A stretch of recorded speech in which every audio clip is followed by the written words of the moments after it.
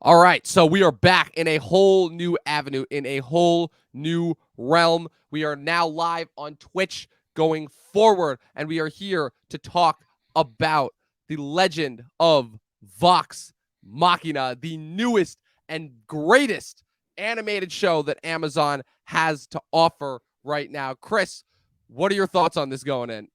I'm just going to say it's very fitting that we are doing our first ever Twitch broadcast on a show that literally originated as a Twitch live stream back in the day.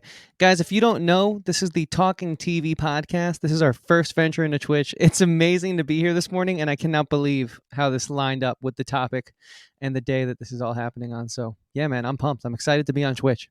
Yeah, it's pretty crazy to say the least. All of that and more. Stay tuned.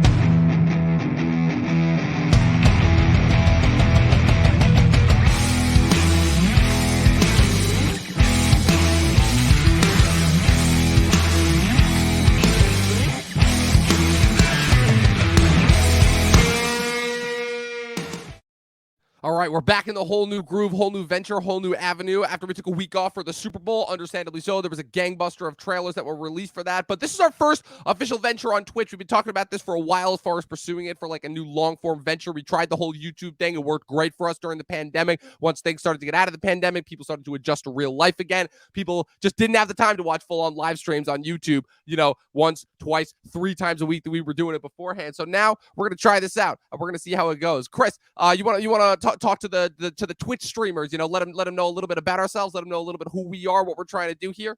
Yeah, I'd love to. So, good morning, everyone. This is the Talkin' TV podcast. You can see right below me a link to our Instagram at official Talkin' TV podcast. We're also on Facebook and Twitter at the Talkin' TV podcast. That's Talkin' No G.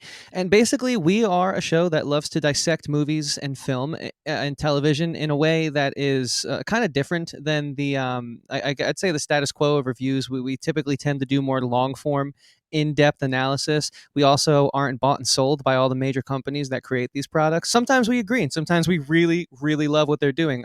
Albeit one Spider-Man No Way Home, we were gushing the same as everyone else, but we're also not gonna bow down and sort of kiss the ring with movies that we find subpar, like one Marvel Eternals. So that's kind of what we do. We're both film school kids. We come from a film school background. We bring that analysis to our podcast and our show. And really, the only reason we're here on Twitch is, as far as I know, and if Critical Role has done anything to prove it, its long form content can thrive on Twitch. And we found that during the pandemic, like Dom said, it was great on YouTube. People had the time to sit down and watch a couple knuckleheads talk about, all of the Mission Impossibles or whatever for like 9 hours out of their day. And that was fine and dandy, right? We were all on lockdown. But then as the world started to open up again, we noticed that our audience was coming when they could, and they're still loyal, and we still love all of them, and we hope they'll continue to watch our content in the way that we give it, because we're still doing YouTube videos. It's just more shorter form, reactionary first time watch videos and shorts over there. So we hope that audience will continue to watch over there, but we hope they'll come over here and join you guys on Twitch, because we're just trying to work smarter, not harder. Exactly. And that's really why we're here. We heard, rumor has it, this is the place for long form content, so We're gonna try it out. we're gonna try it out. Yes, Yeah, is absolutely. that a good enough job, Dom? I think so. I think so. Yeah, like I said, for all the audio listeners, again, the podcast is not going away. It's still going to be in the same, place, form, audio, Spotify, And where Apple is that for our Podcasts, Twitch Anchor. friends if they wanted to take us on the road? Yeah, so we're on Anchor, which is a free distribution service that puts us out automatically on Spotify, Apple Podcasts, Radio Public, Stitcher, Google Podcasts, basically pretty much any place that you can listen to podcasts. I think they added a few new ones in the last couple of months. I really haven't been keeping track. But for all the audio listeners who were like, well, we've been listening to this podcast for months, we already know about all that. Well, guess what? We're on a new avenue, so get used to it. We don't record multiple streams of this. But Chris, let's get into this topic, because again, like you said, this is a show that was recommended to me by a couple different people, and once I saw that it was based off an original Critical Role D&D campaign, I'm like, oh, okay, so I got to throw this Chris's way. Like this is Chris's bread and butter right here. And I told him, I reached out to you, I'm like, Chris, have you heard anything about this Amazon's Legend of Vox Machina show? And what was your response to me when I asked you that? I hadn't, honestly. I've just been so encumbered and just swamped with life and already watching what's on the docket for us so far that I lost, because I forgot the name of the group, Vox Machina, and I forgot that Critical Role is doing this, because they announced it like 2018 or something. I remember Yeah, hearing the long time announcement, ago. and then they did do a good job of keeping up with it. I just didn't do a good job as a fan of keeping up with them. So I was really shocked. But then as soon as you told me, I was like, oh hell yeah! I pretty much like dropped everything I was doing that night. I like think I had plans just to unwind after a little bit of homework and stuff, and I was like, all right, I'll probably play a little video game, just catch up on that. But I was like, no, never mind. I gotta watch this. Yeah, my old thing was I was just chilling with some friends, as I do, a couple friends that I hadn't seen in a long time, and I had seen it pop up on Amazon. Like I said, Amazon. My whole stance about Amazon and like kind of their place in the streaming wars is you never ever watch an Amazon show until everyone is watching an Amazon show, and it's like The Boys, The Boys, Invincible. They had like Yeah. one other show that people are watching. They have their critical roles. They have their marvelous Mrs. Maisels and what have you, but Amazon is not pumping out content consistently the way that all these other streamers are, because again, like look who owns them. They don't have to. They put out stuff because they want to. Again, Jeff Bezos literally bought The Expanse from Sci-Fi because it was his favorite show. Like they are not at all concerned. Quite similar to Apple in a strange way, although I think Apple's starting to have a little bit of a turnaround on that this year. They are not at all concerned with putting out this massive amount of content at any given time. So I saw the promos, the clips for the show. I'm like, oh, this actually seems like kind of interesting. It's kind of in the same animation vein as Invincible. It seems to be like super bloody and everything. It's like a fantasy based show. But again, Chris, like we constantly find as a common problem that we have now, it's that I'm like, when am I going to watch it? And I was chilling with my friends. It just happened to be the weekend that it came out. And they were like, oh man, have you watched this Vox Machina show? I'm like, I'm going to at a certain point. And they're like, no, we're putting it on now. And I watched the first episode. I'm like, okay, I'm sold. I am absolutely sold. I'm like, I don't know what Amazon is doing in their animation department, but whatever they are doing, they are making all the right moves, because this show, again, it's like you just get those shows. Like, we just wrapped up Peacemaker. Apropos of that, we just wrapped up Book of Boba Fett, which is like literally could not have been more the polar opposite of Please that. But we stop bringing just, that show up. It's like a I know, I fever know, I dream. know, I It's know, I know. It's awful, but I can't. It's like literally worst of the it year. reminds me of an experience that I was having with my friends last night, where they brought up a traumatic experience, and I'm like, why would you make me relive that? So I feel Yeah, your pain. exactly, dude. But what I was gonna say is that I'm like, this show, you get those shows that just check off all the boxes in your mind. I'm like, okay, ensemble cast, check. Bunch of humor, check. Complete fantasy realm, check. They all have tragic backstories, check. Uber violent, check. Also hilariously funny, check. And it's just everything works about this show. And that was just the show in and of itself. And I love it when these streamers can do this, when they can just put out a show that is mired in this like giant backstory. I know nothing about the backstory, and I can still watch it and just enjoy it for as it is. So maybe you could speak a little bit more to that as far as that goes. As far as the inception of the show, before we get into our overall thoughts. Because again, I really enjoyed the show for what it is, but this show has like a whole history, like within the critical world, where within the Dungeons and Dragons world. Again, I'm fairly new to the world of Dungeons and Dragons. You're a little bit more of an experienced pro. You've been doing this for several years now, so please explain the inception of this campaign to where it is now as the animated Amazon show. Sure, yeah. So basically, the show is adapted from a campaign run right here on Twitch, originated right here on Twitch by a bunch of voice actors who came together and they just decided very intuitively and cleverly, really, to call themselves Critical Role. Because what is a critical role? A critical role is when you in D&D take the 20-sided dice and roll something called a natural 20. A natural 20 is pretty much like God mode. You want to do something insane, you want to jump over a 7,000-foot ledge, shoot 3 arrows right down, and potentially have those arrows pierce right through the heart of the goblin because you're going to hit that perfect 36.7-degree angle. You better roll a 20. Because if you don't roll a critical roll, not only are you not going to hit that exact insane shot, you might not stick the landing. You might fall to your death jumping this canyon. It's like that crazy. So it's so genius that they named it Critical Role. They took the best D&D name right out the gates. No one else has the best. That's the best pun-induced D&D name. Nothing will be better, and they're first. That's what happens when you're first. You get to be the best sometimes. First isn't always the best, but in their case, I think it is, because what these guys did, man, they I think helped the just chatting section of Twitch really become something. Twitch was for a long time, it started off as like Justin.tv, which is like early days of the internet. I think we're talking like 2007, 2008. So the second generation of internet users, those people who have about 10 years on us, Dom, they probably grew up like watching people play video games on Justin TV. Way more niche, not as large. I actually watched like a documentary. There's actually a really cool documentary about this on YouTube by a channel called No Clip. They do video game documentaries. Shouting them out because they're pretty cool. They don't take advertisers or anything. They just they're strictly for the love. So go and check out No Clip. It's actually a really cool like non for profit type of video game documentary thing. They're just funded by their patrons, and they did a whole documentary about Justin TV, its origins, and so you can actually learn a lot about it there. But there's always been a market for people watching other people play games, and I understand that as a gamer because sometimes you'll just come home and you're like, man, I am so exhausted from work, school, life, whatever. I want to play a game right now, but like I'm still going to be thinking if I'm playing a game. And of course, we know a good show, a good movie, a good anything you consume, entertainment will stimulate your brain and make you think. But there is something when you're using like motor skills and reflex skills to like, react to things happening on screen. As I made a controller thing as our little overlay blocked my hand there.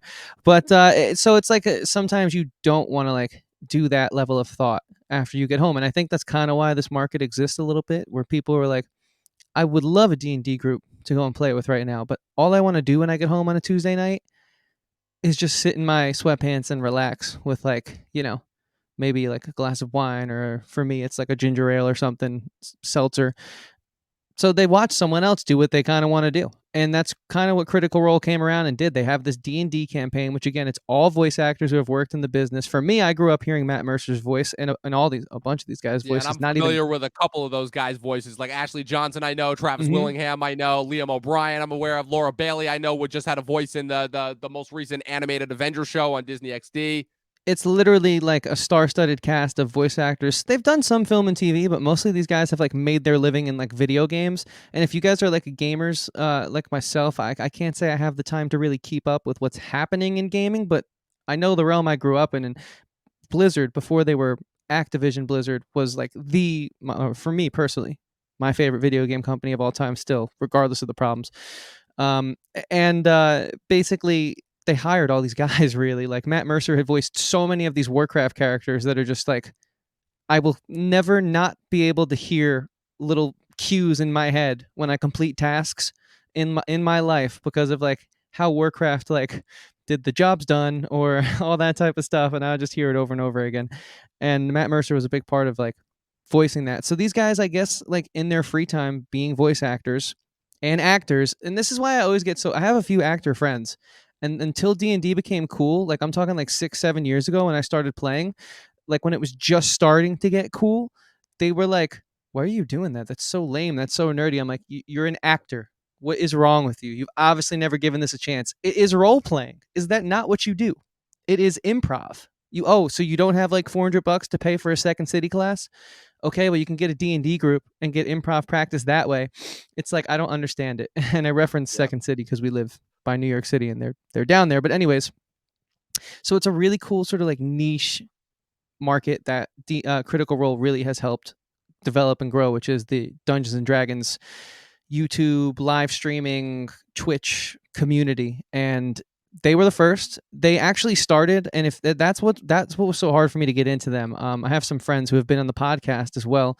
For all of our crossover fans here, you guys might know the Cerulli brothers, our twins, that I played D&D with for my entire D&D career, and they had an easier time jumping into Critical Role because for me it was a lot with like the 4-hour episodes out of the gates. And the problem is, one day they just decided to go live in the middle of their live stream. Like they were in the middle of their campaign. So, not live stream, in the middle of their campaign. And so, like, they did a good job in that initial episode introducing the characters and all that, but you could clearly tell that you'd have to watch a few weeks to like be like, oh, that makes this, because it wasn't like an episode 0 or 1. It was like we're really starting on episode 20 of a campaign that's been going on. These guys just are performers, and they were like, wait, why are we not live streaming? It was like, so it was very, I don't want to say avant garde because I think all D&D is avant garde, but I think it was very by the bootstraps. It was like pioneering. They just one day turned cameras on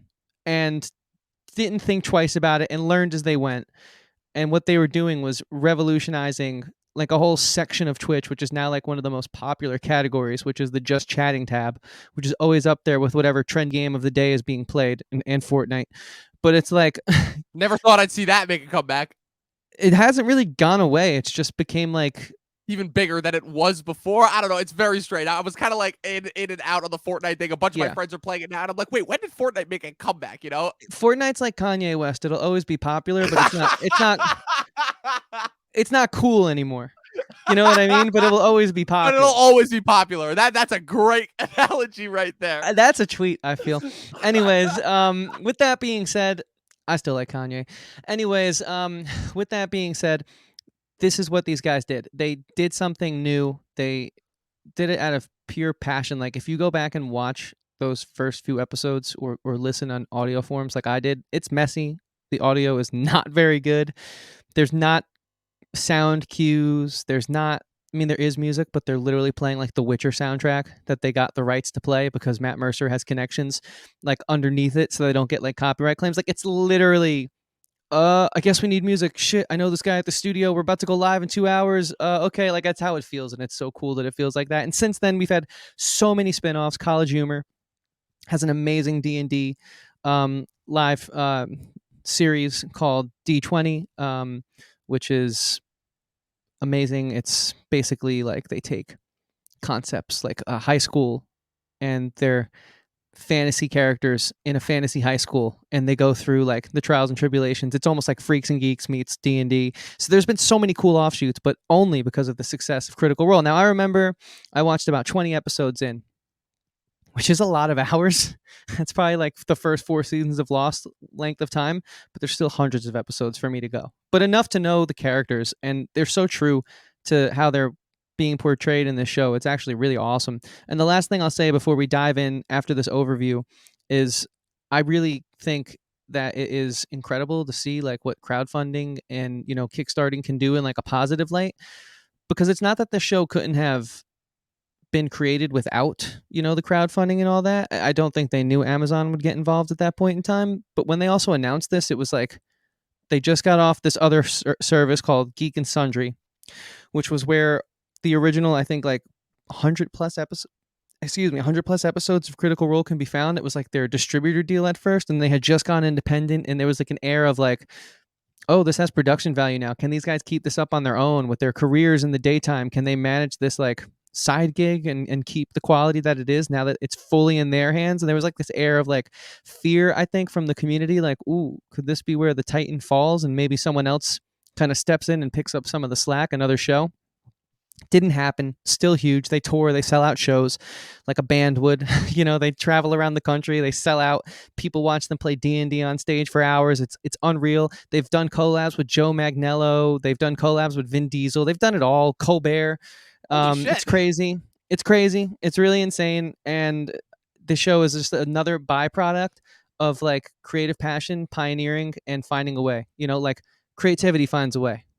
That's actually nuts. Wow. I knew there was like a big long origin story behind this. I didn't realize just how big and long it was. So, sorry, I didn't mean to make that so long-winded.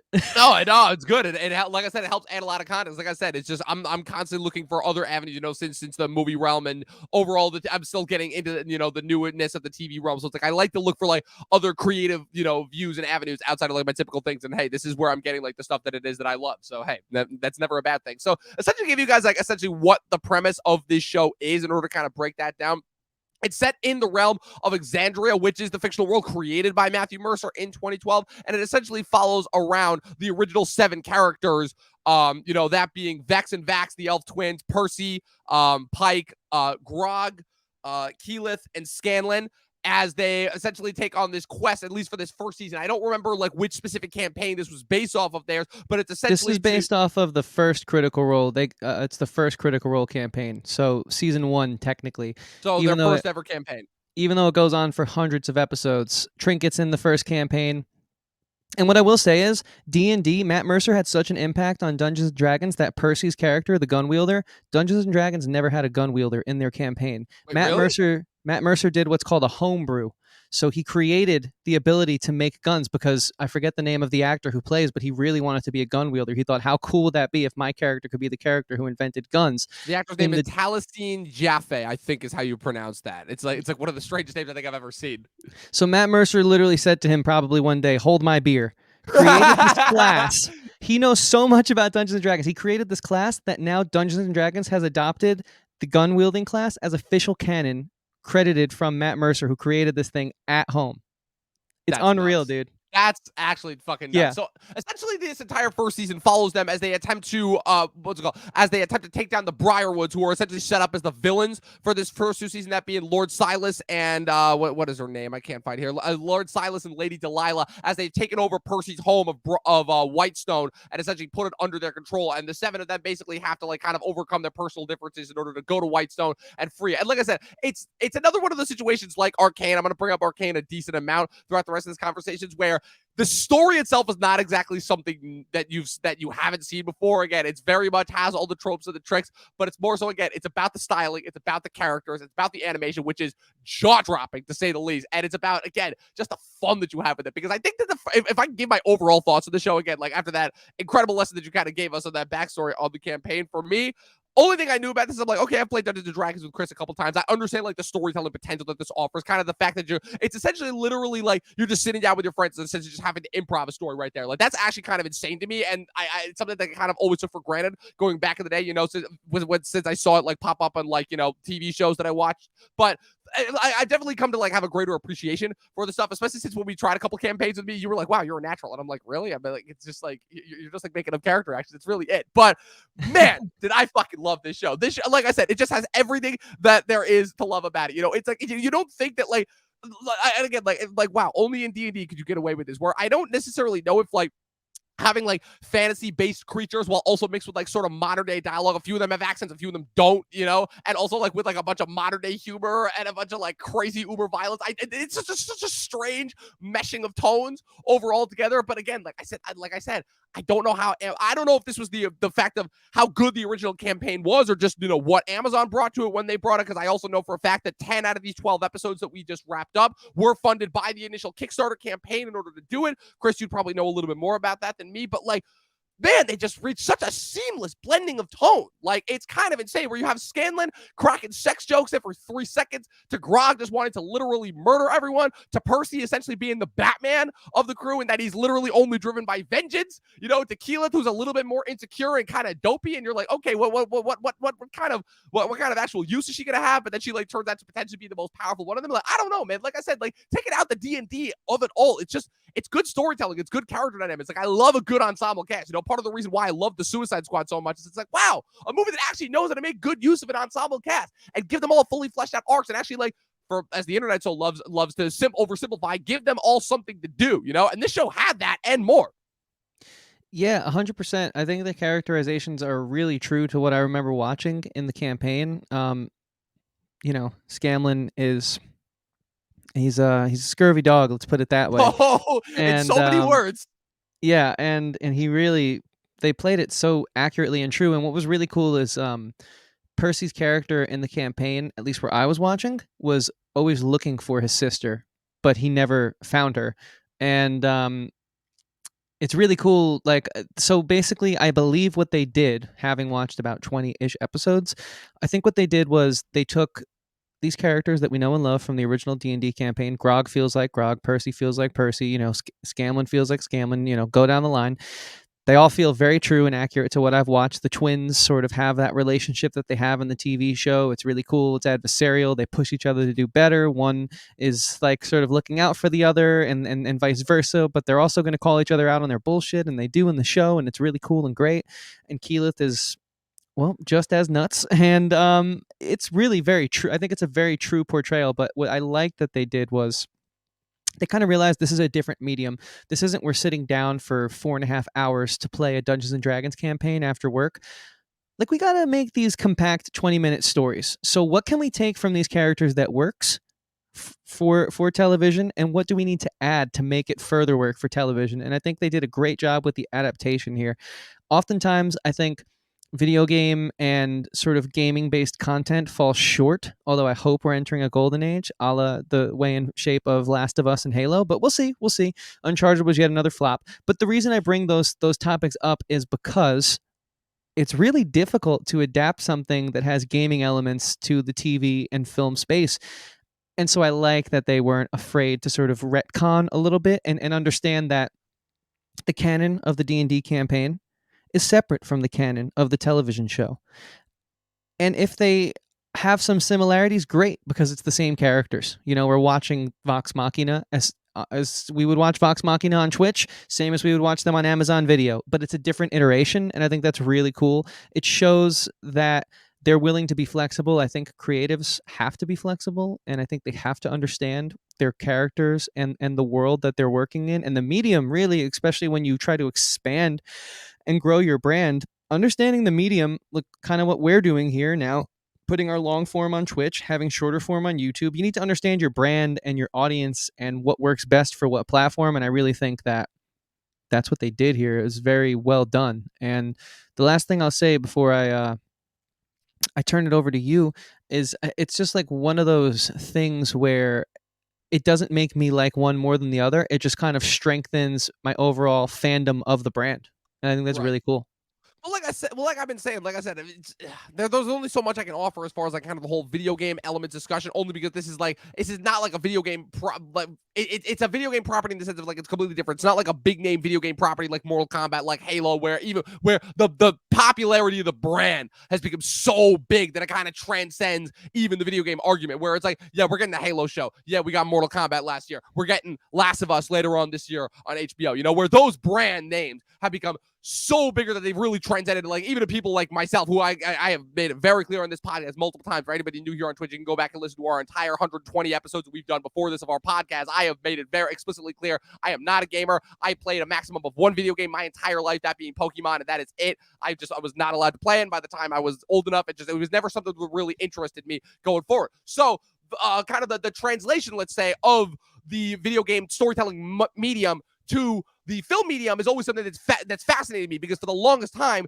like we talked about on our Mortal Kombat episode, it was something that Hollywood just didn't know how to do properly. They just didn't know how to do it because they were constantly trying to, it was like literally, like you said, trying to put a square peg into a round hole. It didn't work, and they just didn't understand how to properly adapt it. And obviously now in the age of the internet and the age of streaming and everything, now we have a lot more crossover in that sense, and yet still you still see them trying to turn like these gigantic, video game properties into like these, very palatable, mass marketed, kind of like very bland looking generic things, like the Uncharted movie, like the Sonic movie. For me, really, the only one that actually kind of worked is the Detective Pikachu one, because for me, and I feel like we didn't really get a chance to talk about this a whole lot when the movie initially came out, but for me, when the thing that I think made Detective Pikachu work so well is the fact that they understood the source material that they were pulling from, but they weren't trying to directly adapt and make a Pokemon movie. They had their story that they focused on, and they stuck to their guns. And Vox Machina is a little bit interesting because, yes, you're right in the sense of where they do stick to their own guns pretty much, but they also,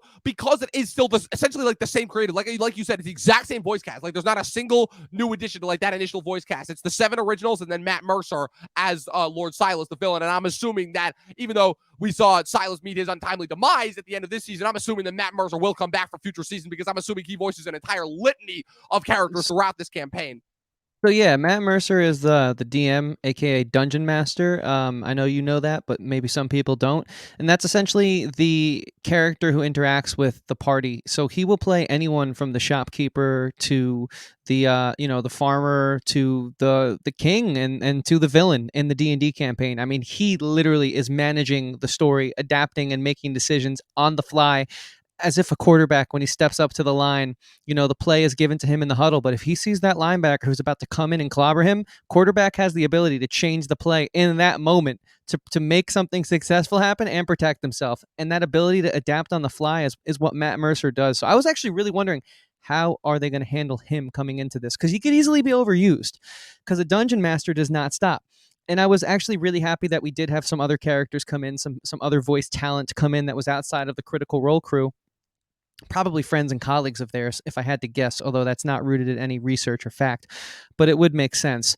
And I was really glad that they brought in some extra talent, some supporting cast. I got the list right here, and it's a lot of actors who we recognize. Stephanie Beatriz from Brooklyn Nine-Nine, Carrie Payton, who's had voiceover roles like going back since time memorial, David Tennant and Dura Varma from Game of Thrones, the voice of Azula herself as Delilah, Greg Griffin, Rory McCann from Game of Thrones, Stephen Root, Dominic Monaghan, your boy Charlie from Lost, Kelly Hugh. Yeah. Like they I noticed him. They called in their favors, I noticed him. That was really cool. Yeah. So doing a rough Irish accent much. It was just one of those things where I was like, okay, they could easily overuse Matt, and it would be very true to the tradition of Dungeons and Dragons, where the dungeon master is sort of like the opposing party, the player you're playing against and with, depending on the situation. But we're adapting at the television here, and I think that is part of the challenge, and I think that's the occasion that this show rose to, really, was adapting and being so flexible and understanding, hey, this isn't just, 7 of us sitting in a room live streaming on Twitch. This is a little different now. Like this is a series. This is television. So how can we make what we've done that's been so successful fit and hopefully find a new audience? And I think they did it perfectly. They really managed the talent and the star-studded caliber of this cast in a way that I really felt was awesome. Like I never felt that any one character stole a scene over the other. It really felt I like a agree. true and earned ensemble. And that's kind of how it feels when you watch the actual Critical Role.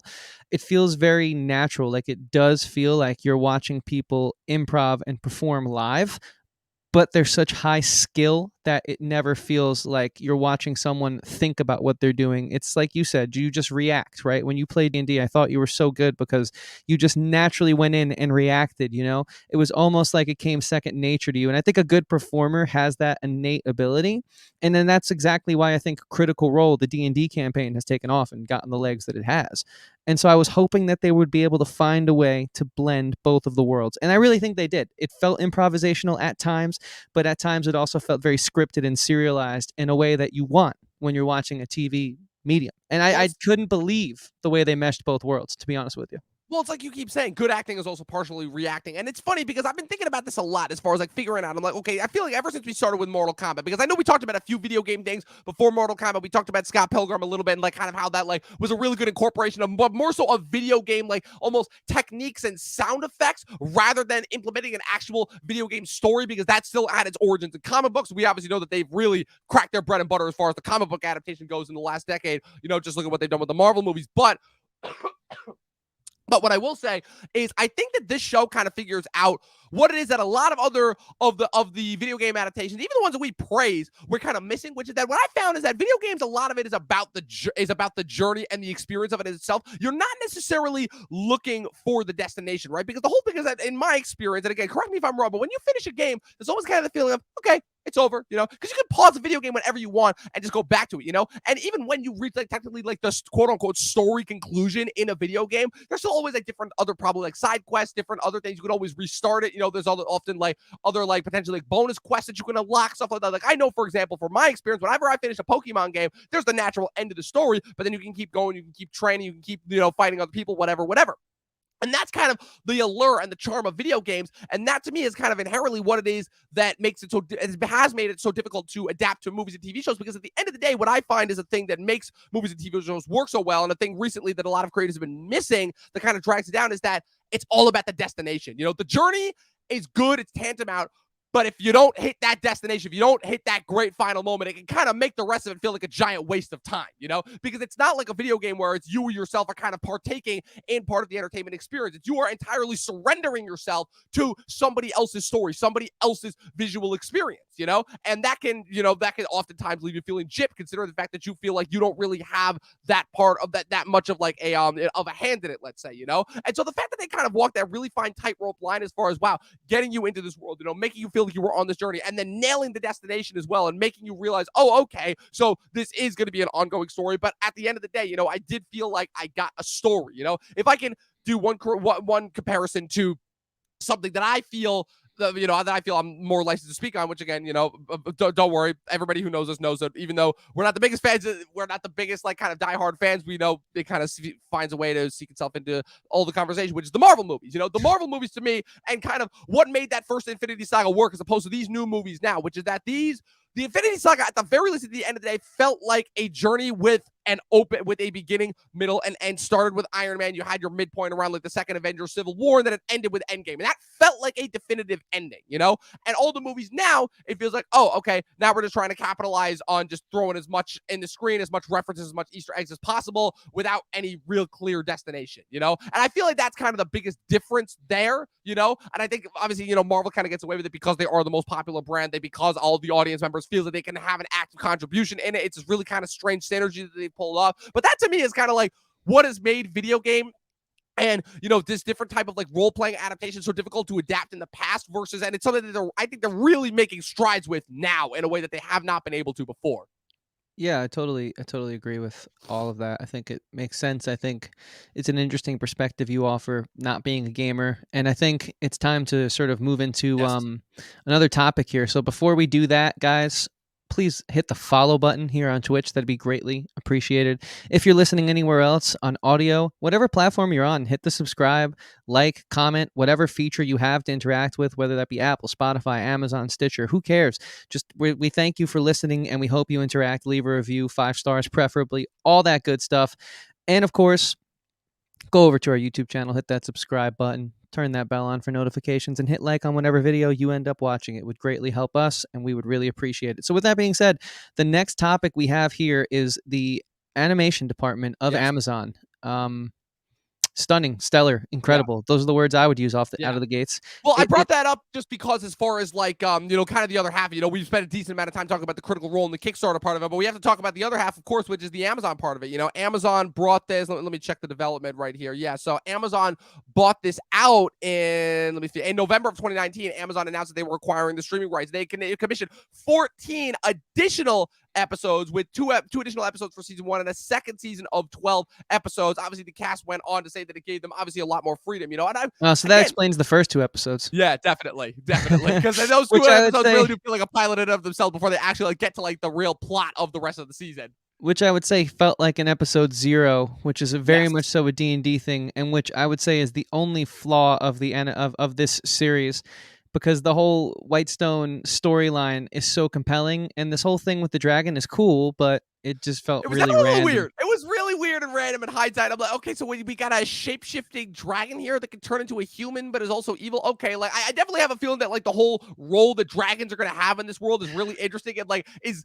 gonna I be hate fleshed knowing out as at a much certain about the point. process that as we do sometimes. Yeah. I get it. But yeah, so I think what's really interesting here is, again, it's another thing where, again, Amazon only handles the distribution rights for this. They didn't handle the production of this, and I think that's really awesome because, again, these animation departments, you have this animated with Tight Mouse Inc.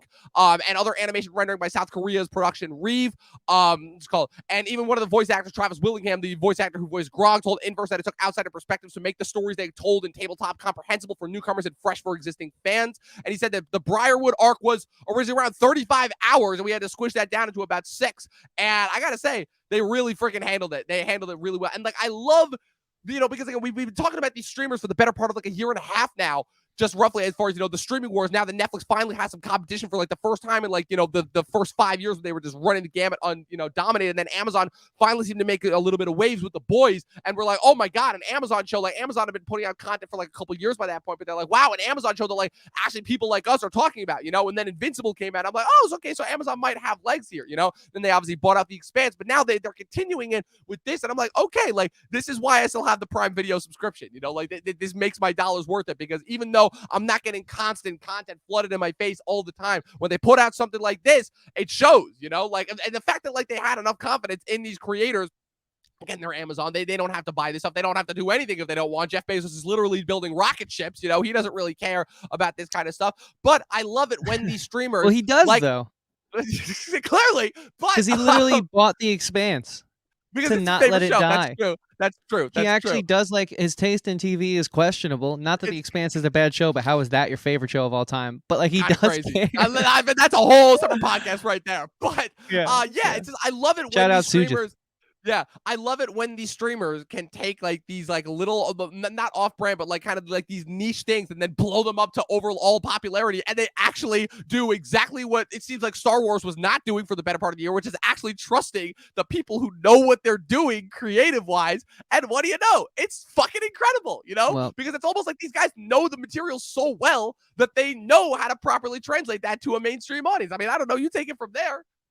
so I love what you're saying. To me, that's how my brain processes it all, and that's how it makes sense to me. And you would think that we wouldn't be in the minority on that one. But You what would if I think. told you?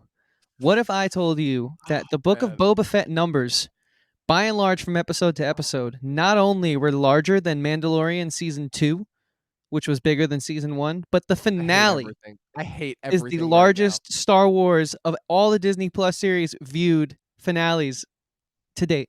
Well, look, man, we're not talking about Disney Plus here, all right? Because those numbers are all already skewed to begin with, because of the I just brand think power of it. We're talking about Amazon, which actually knows how to garner quality TV. No, I know. I just think it's important since this is our pilot Unfortunately, episode here on Twitch to let them into our thought process, which I think is a very sensible one. Yet for some reason, this common sense that we speak does not seem to be emulated by the it rest of really the world. doesn't. It really doesn't. I can't explain it. I really can't. Anyways, back to Vox Machina. We digress, but it's all in good fun. What the Amazon animation department specifically with this show, and now that I think about it, though, my example coming into tonight, or this morning, what I planned to say was specifically only exclusive to Vox Machina. But now that I think about it, of course, it extends itself to Invincible. Watching these Amazon animated shows makes me feel like I'm watching Saturday morning cartoons again, but only for adults. Only for adults. It's perfect. Awesome. I don't know how they did it. I don't know how they did it, but I'm like, how is this capture? I'm like, how well of an understanding of your audience do you have? And again, I give all the credit in the world to these animation departments for taking all the stuff that we loved about all those Cartoon Network shows that we watched growing up. Kids Next Door, Ed and Eddie, Justice League, Ben But I'm 10, talking about the WB11 on Saturday morning. those two, yeah. Like, did you watch that? Like Well, give Cubics me some and examples. Woody Woodpecker and like the original Teen Titans run. Like, The did you original Teen watch all Titans, that yes, stuff? but all that stuff I watched on Cartoon Network. That's the thing, like on the Okay. rerun. See, I was a Saturday morning, and this might be a little bit of the age gap here, huh? I was a Only Saturday 3 years, morning. not that much. Yeah, I mean, I woke up every Saturday morning and watched Saturday morning cartoons. There you go. I lived for it for a little while. But like I said, with me, it was DVR, and it was pretty much like only exclusively like whatever was running on the Cartoon Network block for between like 2008 and 2010. So See, that's the difference. That's the difference. yeah, And that's fair. Pokemon That's was fair. Saturday morning. All the new Yeah, okay, I episodes. did catch my Pokemon run. I Um, said for me, it was more so the Diamond and Pearl run for me. and I think it's the animation style, which harkens back a bit to that early 2000s, kind of still in the 90s, but like technology has taken a huge leap type of feel. But it's also like the way that there really is no fat. Like, I felt like they were keeping the story flashing, moving, almost like watching someone on YouTube. Like, they cut every 5 seconds, the edits quick, quick, quick, so you don't lose your attention. But then there was a maturity behind the storytelling that was for adults, Right. whereas in Saturday morning cartoons, it's for little kids. So, like, the humor is a little more little kiddie, and the storytelling isn't as deep. But this one, there is actually some pretty deep narrative threads that kind of keep you going and keep you invested. There's emotional rises and falls. It has everything you want, really, but it's like edited and cut so tightly. And also the stylisms just felt very retro, but in a refreshing way, because it's doing what I think good film and TV do. It's understanding the medium they're working within and paying homage to it, but like offering something new, building on top of what came before them that makes it so great. So it's kind of like, any good director will bring their influences into their story, but it's what you do on top of it to further in the relay race that is filmmaking, as we've been speaking about. It's what you do to further carry the torch forward, which is what I think the show did. It kind of reinvented a genre that I think me as an audience member, the ideal audience member for the show, honestly, I see that. Oh, okay, yeah, these they're pulling on all different aspects of what I like as like an animation consumer, because I do think this is a kind of a type of animation that's, until Amazon came around, has kind of been going by the wayside. Yeah, a little bit. Like old school American smash 'em up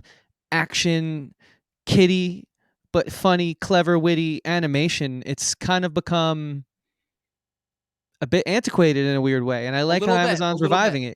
Right. Yeah, I agree. Yeah, Amazon, and like you see this on a little bit more of the streamers. Like I said, I haven't been keeping up with the Cartoon Network shows that have come out recently, but from what I've heard, they've been doing some really. No, I'm telling you, I've Really? heard that. Yeah, I've been heard. I've They've only been heard doing bad some things. really interesting stuff. Like I said, obviously Adventure Time and regular show, they have their fans. I can never get into it, but I was always appreciative of kind of like, again, like the difference. The difference in how they change it up. Obviously, we know that all those animators are on every drug imaginable, which is why they can come up with such creative stories.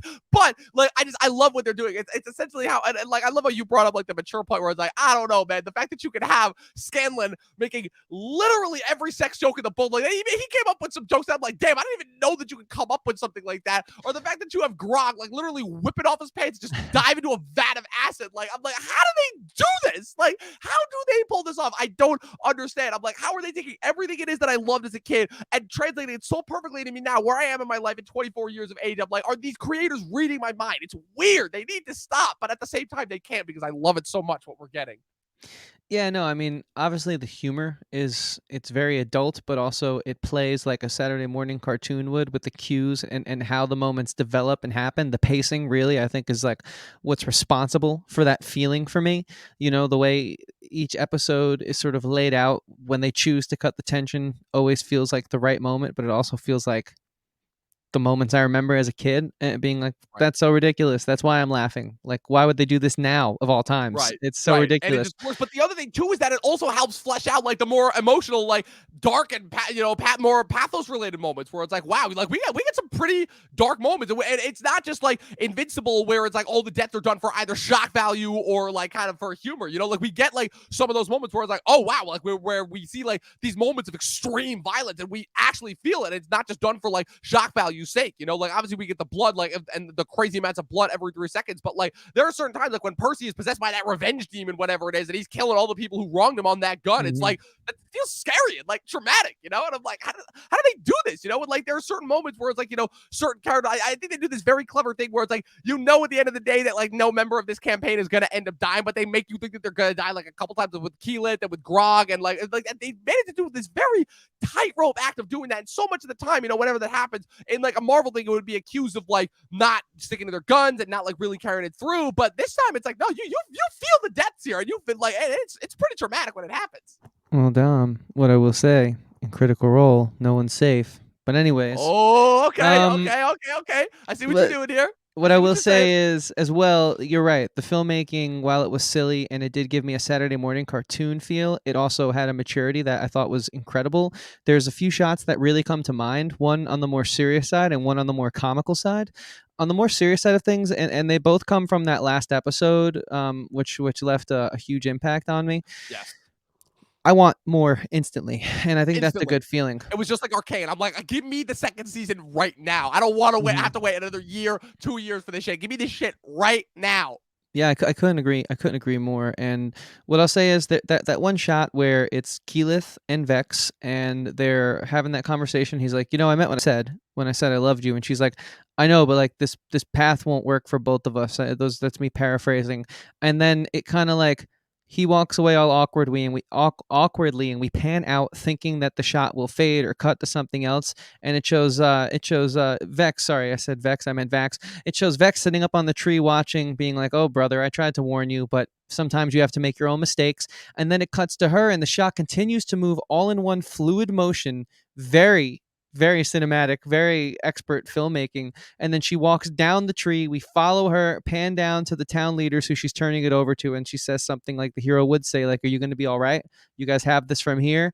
And then it's like the whole passing of the torch. The heroes are moving on to season 2, but it was just like such a cool moment that was so mature, and I was like, wow, like I did not expect a shot like that from a show like this. And then the second moment that was very cinematic as well, while playing more to the comical side but being more mature and adult in its filmmaking, was when Scanlan just decides to throw the gun in the vat of acid, Oh, that was great. and That was awesome. the So demon good. pops out, because the It's filmmaking is like, so oh, subtle. Like, you how do you really think need to you pay know? attention to the frames on this. There was multiple times in throughout this series where like the smoke would come in, and they didn't kill the demon, it's still in that gun, they better get rid of that gun.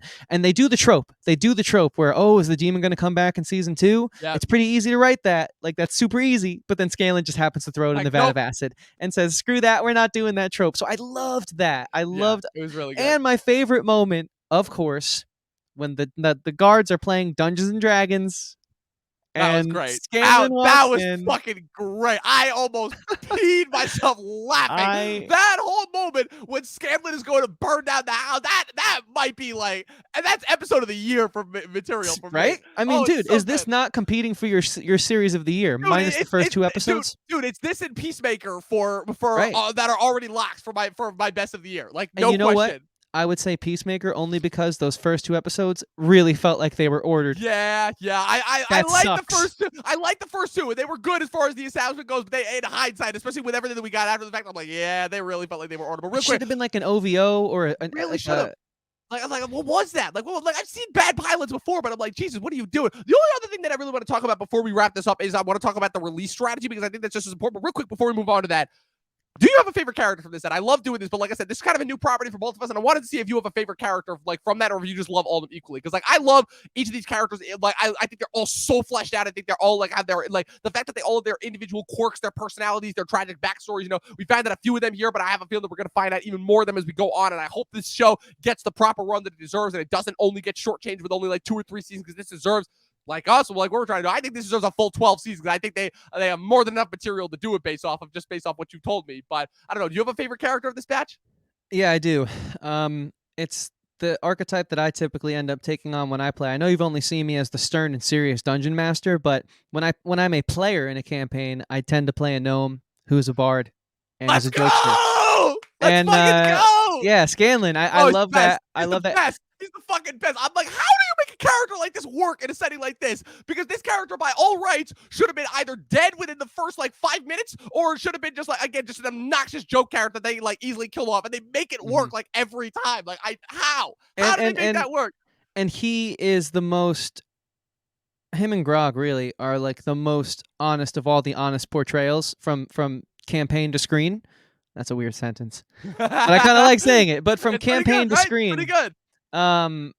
he just nailed it, man. Oh They man, nailed it. every single They're beat, all like great. I mean, this is like never missed a beat. Like every 5 seconds, everyone's taking shots at him too, and he just takes him and carries him in stride. But he also like carries like the more insecure side. Like he's not all show. Like how we're introduced to him. Can I say one last thing too? Yes, of course. There's a few different things that D&D fans will get from this show. So Pike, did you notice how she'll put her hand on someone and she'll heal? Yes. That's a D&D spell called Lay on Hands. And when Grog charges in to that scene where they're fighting all of the zombies in the crypt, Yeah. that's called it's called Rage, which is a barbarian move, and like it's like a charge move. And there's so many like Hunter's Mark, which is something that when Scanlan put the purple aura around Vex and she's about to take that shot and she doesn't miss that shot, that's because it adds a bonus to. And they didn't say they didn't say, "Oh, I'm going to cast this spell." But it was they like, have yes. to. That's the thing. Because they know the material so well. They know that every D&D player is going to know exactly what those moves are. But they know that if they over-explain it, they're going to lose their mainstream audience. And it's like this is the type of stuff that we talk about when we talk about like understanding your source material and understanding your story. That it seems like so many other people in both the movie and the TV space, I would add, just do not seem to understand. It's amazing how they pulled this off. So the last topic that I want to bring up is Amazon's release strategy, because like every new streaming show, it seems like we always have to talk about the release strategy, because it really seems like all the streamers are changing up their release strategy, dropping the 3 at once and then dropping the rest throughout, the next couple of weeks, dropping it in like batches, like HBO Max, not the HBO stuff, but the HBO Max stuff is experimenting around with like dropping it like batches at a time. And this seems to be like the first time that Amazon has really done this, where Amazon did, if I'm not mistaken, they did the original strategy they did with The Boys season 2 for Invincible, where they did the first 3 episodes once, then they did the next 5 or the next couple of weeks. But this one, they did something really interesting here, where they dropped it in batches of 3, which I think is something new that I don't think I've seen before that they've implemented. Like I said, all the streamers are implementing, we saw Netflix implement that with Arcane. Interestingly enough, there's another show that's coming out. Obviously, Netflix, a lot of the shows that are coming out are now splitting up their shows into batches of 2. Ozark is in 2 parts. Stranger Things, this new upcoming season, is in 2 parts. Better Call Saul is in 2 parts, Atlanta's releasing 2 seasons within this one calendar year, So I was just wondering if you had any insight into that, because this is the second thing that's kind of based off of like a role-playing sense thing. I know League of Legends is a lot different from Critical Role, but this is the second thing that we've seen within a short period of time that releases it in like these batches of certain 3 episodes. I was just wondering if you had like any potential insight into that, because we all know that in this space there are no such thing as coincidences. So yeah, it's all competition. between these streaming services. It's all dictated by dollar amounts and view counts, as you know, and I'm sure our audience, they're intelligent people, they could easily figure that out. I think for the first time in Netflix's history, um, they're not in the green. That still hasn't happened, but they are in the Right. defensive, Right. which is really interesting to see. It's sort of something that I don't know. People could have predicted that would have happened, but it was also like one of those things where how could it happen at the same time? And I think it's good that they are, because I think they have some shows that deserve a little more life, that don't necessarily get some of the wingspan that they deserve. Like they just filter out and teeter out. Like I think The Witcher would be way more of a smash hit if it was distributed one episode a week. Because that's the kind of show that I don't want to sit down and binge. It's And taken me almost a month to watch I because still haven't watched past episode 4 of season 2. it's you kind of want to take it all in. And so I think having one set way to go about things isn't how you should conduct a business. I think you need to be flexible. It's like each product deserves its own unique treatment if you want it to be successful. And I think we're kind of starting to see that. I think I could have gotten the show all at once and I would have binged it in a weekend. But I think I enjoyed it more having that, like, oh, it's Friday. I cannot wait for more Vox Machina. That's a fun feeling. Yeah, You know, it is. It I'm is. listening back to this podcast that I love where it was airing during when Lost was airing. They started in season 3 and it's so much fun to hear them wait week to week to see what's going to happen next. And I totally can resonate with that. Yeah. Like, I'm seeing that kind of right now with mine and Professor Pat's Talking Thrones a side podcast that we have as well, where it's like so much of the time I would just binge Game of Thrones all at once that I kind of missed the week to week release. Like when I started watching it back in season 4, where I would have to wait week to week, and it was just a way to make it that much more special. And I love that the streamers have kind of brought that model back and made it work for them. When Netflix was kind of doing the whole dropping it all at once thing at once, because as Bill Simmons talked about, it's like when Netflix started that, they were kind of like, they were revolutionary. It was completely unseen before. They were kind of ahead of the curve. But as time went on, it was like, it kind of made it really difficult for a lot of the news outlets and a lot of like kind of, the online discussion that helped prop up these shows so much, because it was here today and then gone tomorrow as more things would just drop all at once. So the fact that the streamers have kind of taken this release strategy kind of made it a little bit original to themselves. They don't always follow the wholly original HBO thing of just dropping their episode 1 week at a time. They experiment around a little bit, but they've made it all work for themselves. And I think it personally just works better overall for their viewing audience as well. It lets them, digest them a little bit. It helps them, give them something to look forward to. It helps the news outlets, give them something to write on. To me, the only one that has made it not work is Disney Plus, but that's just because for me, it's just, poor writing and poor content curation in general. But that's a different discussion for a different day. But I love that Amazon kind of took this release strategy on, because it just made me watching the episodes in batches of 3. And I wouldn't watch them on Fridays because I would be too busy on Fridays, but on Saturday mornings, kind of bringing back that feel. It would just make it so much more special and so much more fun. So I love that they're kind of taking on that release strategy, and I can't wait to see how that's going to impact it going forward. And I can't wait to see what happens when we get season 2. I'm hoping that we get season 2. Hopefully we don't have to wait like 2-3 years for it, because man, this show was so much fun and so good. Like I want season 2 like yesterday. Yeah, 100%, man. But here's the thing. I think don't stray the course. Just Yeah. keep doing what you're doing. We're in a very special time right now, I feel, with television. It's really become the premier place for the highest caliber of content that's put on film. And I don't really want anyone creatively to change anything they're doing. The studios will change the release plans, marketing campaigns, and strategies will come and go as new technologies come out, new social medias are adapted or cut from the promotional stream. That's fine and all. Don't change what you're doing. Like I think it's awesome where we're at, and it's crazy. It's crazy, like just to think about how these Arcanes and Invincibles and Vox Machinas. I don't know. Where'd they come from? We're in a great time. I We're don't in a know great where they time. come from, but look, if they can keep pumping out this type of quality animation, number one, not only does it lend credence to my argument that animation is the greatest storytelling format that there is, but also it just makes me so happy, where it's like, wow, the thing that I love more than anything else, the thing that really got me into movies in the first place, animation, is kind of evolved into this whole new format, and that can present us with all these kind of new ambitious stories that just the live action movies are just kind of too scared to pursue. So that's what I get from it overall. So final ratings and reviews. Yeah, man. This is it's like a 4.5-star season Same. out of 5 for our Twitch audience, just so they know how we do things. It's really those first 2 episodes were awesome, but I Yeah. would have loved those to have been, hey, here's a sneak peek of a show we have coming out in a few months. Episode 0, like a true Yes. D&D campaign does. Yes, I agree with that That would have been awesome. wholeheartedly. Because Wholeheartedly. just to attach them to the overall season is what stops this from being a 5-star season. Yes, I agree wholeheartedly, because without those first 2 episodes, this is a 5-star season. Like, it has all the drama, all the comedy, all the heart, all the fun that you would expect from the original campaign, also adapted to where a modern audience and a non-Dungeons & Dragons or a non-video game player like myself could actually like get something from it. So that's it. That's our review of the first season of The Legend of Vox Machina. We hope you guys continue to join us on Twitch every Sunday morning as we continue to put these streams out. Also, be sure to subscribe to our YouTube channel, Talking TV on YouTube. Go over there. We've got so much content that we put out over the last couple of years now. We've got so much more content that we've got coming out your guys' way. We do reactions. We do top 10 lists. We do shorts. We're still trying to experiment around with a couple of new different types of content that we could put out. Be sure to go over there and click the subscribe button and click the like button and click the bell. That way you guys get notified every time we put up new content. Be sure to follow myself at Movie Nerd Reviews across all platforms. Be sure to follow my partner, Chris, at Christian Ivanko across all platforms. And of course, follow the main podcast across all social media platforms at Official Talking TV Podcast across Instagram, Facebook, Twitter. We are on Twitter now, retweeting constantly. There's so much movie news that is dropped in Twitter. It's just the easiest way to keep track of it. So go and follow us there if you can. And like I said, be sure to leave us a follow on Twitch, our newest thing that we have just added to our litany of places where we're at. And I'm going to give you guys a sign off again. It's so funny because I've been doing this sign off for so many years now that it's kind of become second nature to me. But for everyone that is new to joining us on Twitch, I only have one message that I like to give the Talking TV audience. They've known it for years, which is always to watch more fucking movies. We'll see you guys next time.